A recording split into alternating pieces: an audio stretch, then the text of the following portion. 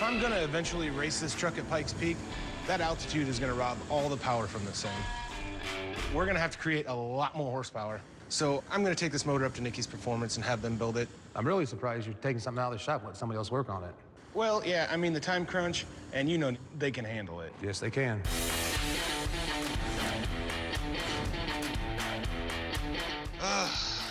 They are the original supercar headquarters. They've been doing this since the 60s, and they put out some wicked street cars. It has been sitting for a few years. It's been sitting in a barn, so. Yeah, it looks like it's been sitting in salt water. Well, it could have been. I mean, it is pretty nasty, but.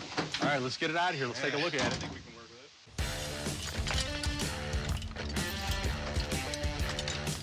So basically, I've got two options for this motor. I can go naturally aspirated, or I can go with a supercharger. I know we talked a little bit about a supercharger, but that thing would be insane. Yeah. Yeah. Yeah, definitely for the racing, the supercharger would be the way to go. There we go. The advantages of a supercharged motor over a naturally aspirated motor is the supercharger going to pick up the slack when I'm at high altitudes, and that's what I really need running Pikes Peak.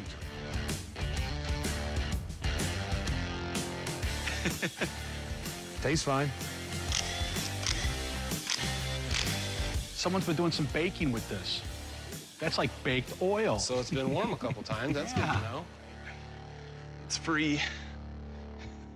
You know, it looks nasty now, but once we get done, get it all cleaned up, get some more horsepower in it. A head that allows supercharging is a little bit more flexible. Supercharging has a little bit more room in the inside of the combustion chamber, so there's more room to pack the air in.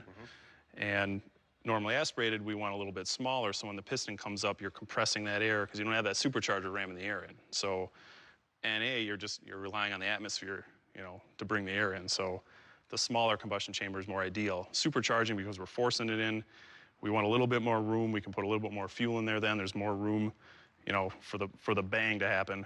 And that's how we can make more horsepower. I picture this thing with exhaust cutouts and just barely idling, just sounding like a nasty mess. Right, well, that's why we do it, you know? Yeah. Make them sound cool and make the horsepower. There you go. Wow. It's a little crispy, but not too bad. Yeah, it's definitely been warm, but there's no sludge or... It'll clean up. We can definitely work with this. It's got some good guts to it, so we'll probably be reusing the crankshaft, connecting rods, get the block completely cleaned. Any of the rotating stuff, we'll either, if we reuse it, we'll remachine it or we'll replace it. I'm really happy that the guys at NicKey's are able to use this motor that I brought them. NicKey's Performance is in the shop today. I can't wait to see all that work that they did to this engine. Ready? Drum roll. Oh, you're a horrible drummer. Oh, my God. It's so clean. Everything's brand new. Look at it. I know. Fill it, baby. How about this thing? This huge thing right here. Stab that throttle, it's gonna be like, bam!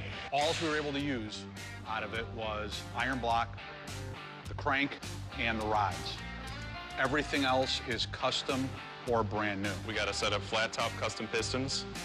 We got our custom stage 2 camshaft. We got this Magnuson 2300 heartbeat supercharger that sits on top. We got our custom NicKey valve covers. And even the throttle body is hand ported by me. It starts out as just a stock GM throttle body. And we port this lip out and increase the size. We knife edge the front leading edge of that. So as the air's coming in, there's just no restriction. There's just been nothing overlooked on this motor. I knew we went to the right people, but damn. Dude, you were so happy. You're like a kid who's got a brand new puppy for Christmas. I know. I was so happy I could cry. There's no crying in car building. You will not find another one of these engines at Pikes Peak, and probably nothing really just like it at SEMA either. That drivability, usability, and horsepower all in one package. It's definitely top notch, and I'm just freaking stoked. I mean, this is pretty much the coolest thing that I've ever had. Let's get this sucker in the chassis. Yeah, I can't wait. So putting this engine in the truck it's a bear. It's not easy. No. You know, with all the bolt-on stuff, There's tubing, there's framework, there's steering, there's everything in the way. there's not much room. No. I'm just gonna go as fast as I can and then just drop it. We gotta get the forklift, we gotta lift it up, we gotta tilt it, we gotta push, pull. We just gotta shoehorn it in there without scratching stuff. Hey, you put it in backwards. It goes faster that way. Front wheel drive. This motor's awesome. It complements everything that we've already done to this truck. Go down a bit? At least it would, except for one little detail. Is that pump gonna clear that frame? You sure don't look like it wants to, does it? It's getting close. It doesn't fit. We're hitting over here on the pulley. Yeah, it's on the rack. What is the alternator? Yeah. The lines or the rack? The rack. How bad is that one hitting?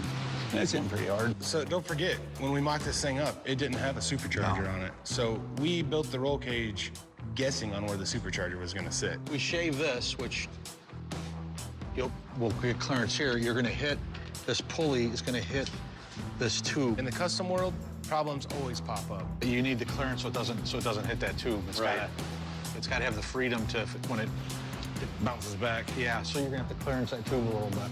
There's a couple solutions. I'm not liking any of them.